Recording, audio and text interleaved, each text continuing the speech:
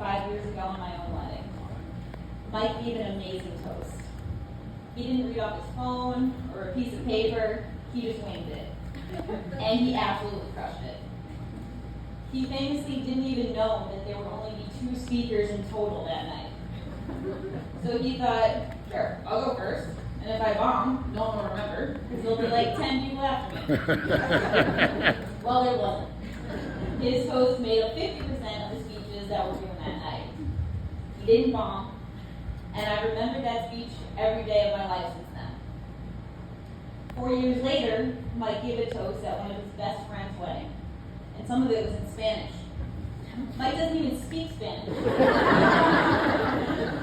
I could tell from the reactions of the wedding guests, he crushed that one also. So needless to say, he's a tough act to follow. Despite being the older sibling, I've looked up to Mike my entire life. He was my best friend, my partner, and my go-to person for as long as I can remember. No matter what was going on in life, I knew that if I ever needed Mike, he would be there. No matter where I was in the world, if I said the word, he would get to me. But he was a tough act to follow. It seemed like everywhere I went in our hometown, people would ask me, "Oh, you're Boyd's sister?" Like somehow, even though I came first, I was still known as Boyd's sister. And I would pretend to be a little annoyed, but if I'm being honest, I kind of loved it. It made me proud to see how many people out there in the world loved Mike. And then I met Julie, and I thought, well, of course this woman loves Mike. He's literally the best. His quiet charisma and incredible loyalty make it so natural to want to gravitate towards him.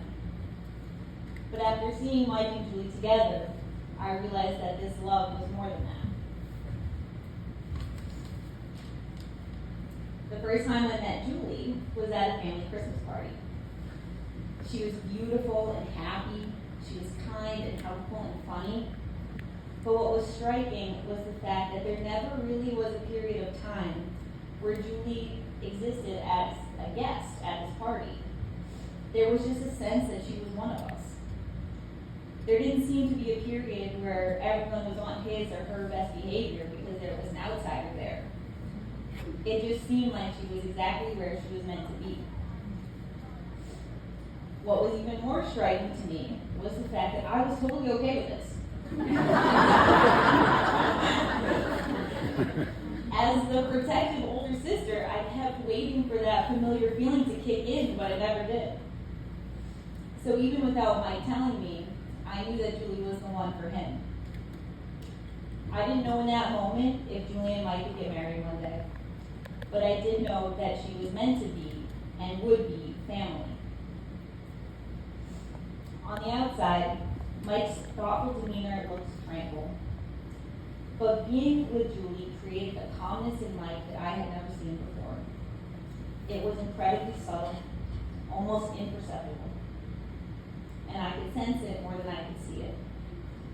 There was a peacefulness in his soul.